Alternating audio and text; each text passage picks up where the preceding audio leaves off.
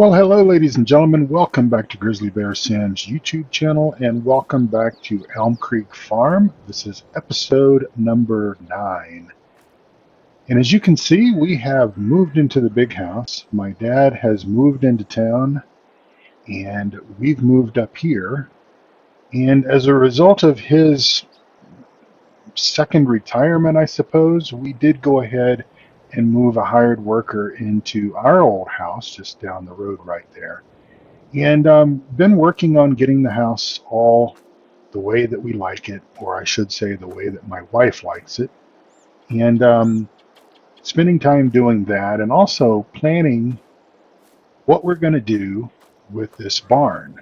My wife wants to turn this into a somewhat upscale country bed and breakfast, a B&B.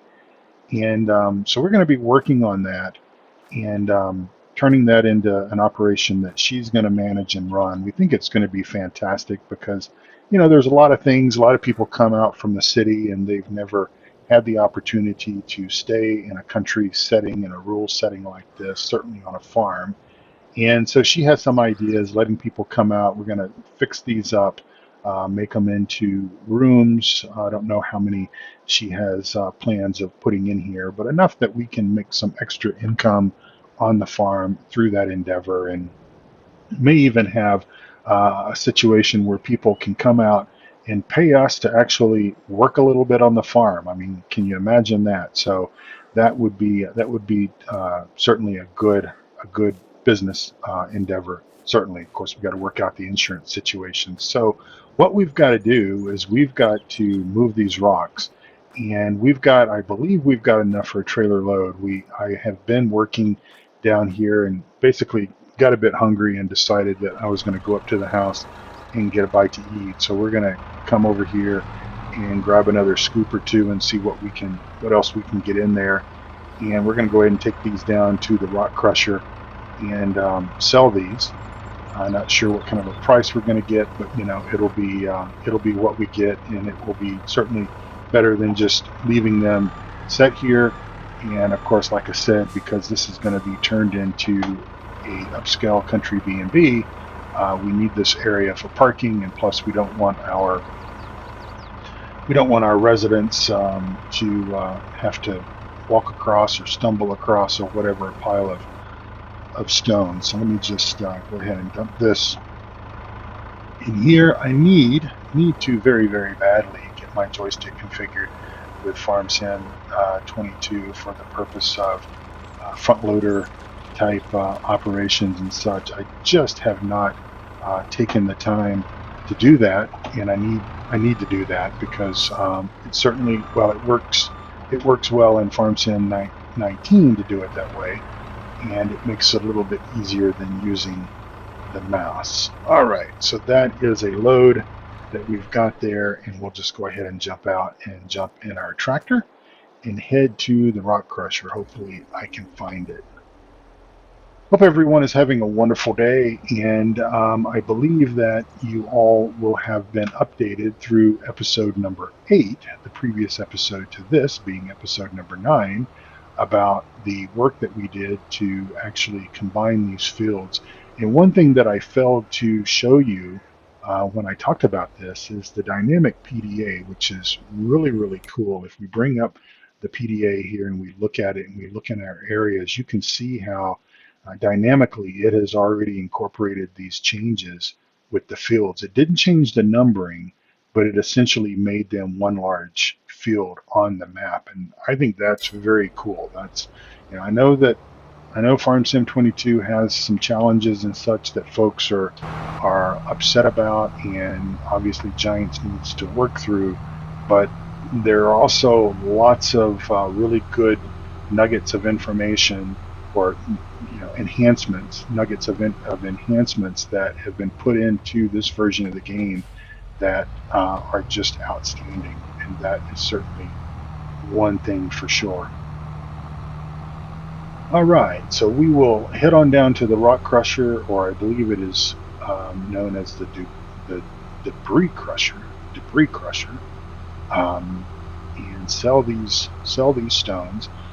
This is the batch that the haul that we got out of those fields that we went ahead and de-rocked, if you want to call it that term.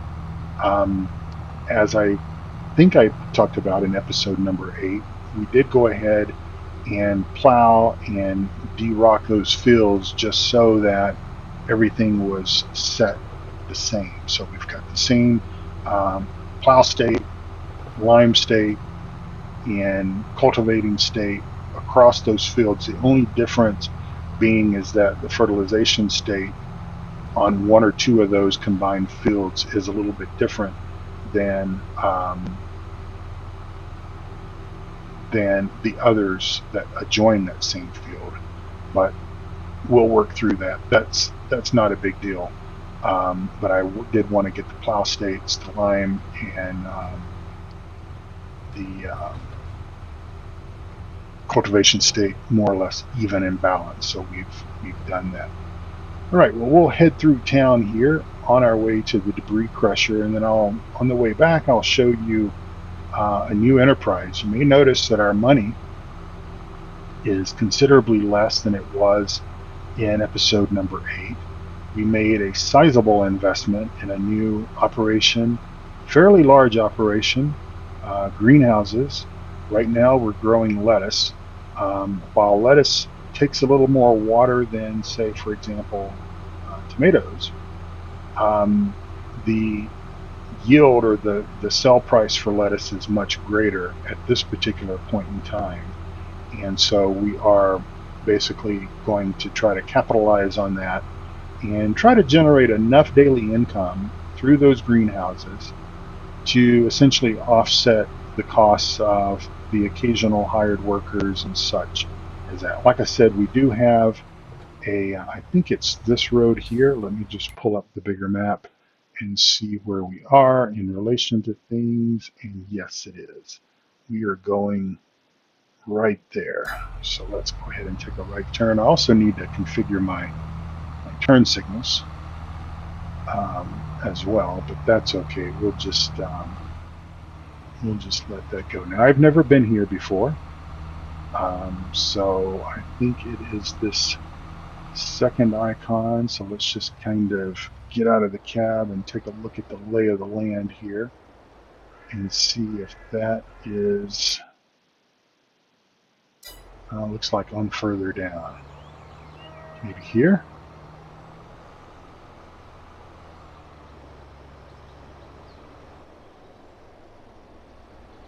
Is that a debris crusher right there? Let's see if that is it.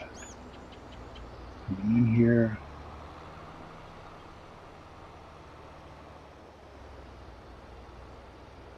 Looks like it might be. All right.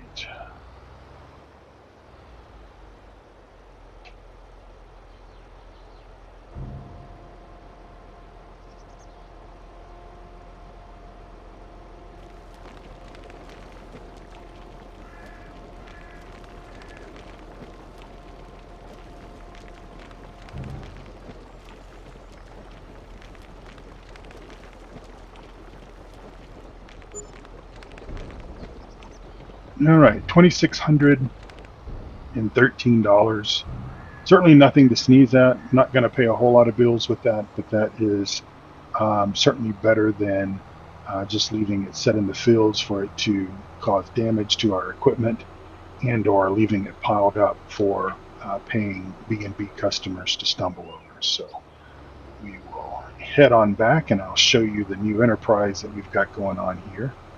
It is just down from, well, it's actually right behind the little fast food restaurant. And of course, they're just tickled to be able to buy direct from us, buy lettuce direct from us. And they're also buying tomatoes out of our other greenhouses back on the main farm. And we'll just head right down here, and then we need to turn in between a couple of houses. So as I said, my dad is getting settled into his new digs down in town and just quite loving it. And he's been farming all of his life, and I really think that while he enjoyed helping us out on the farm, helping me out on the farm, it was certainly something that he was ready to let go of. And I think that just the memories of everything, my mom and all of that kind of stuff, it was just something that he just wanted to put behind him.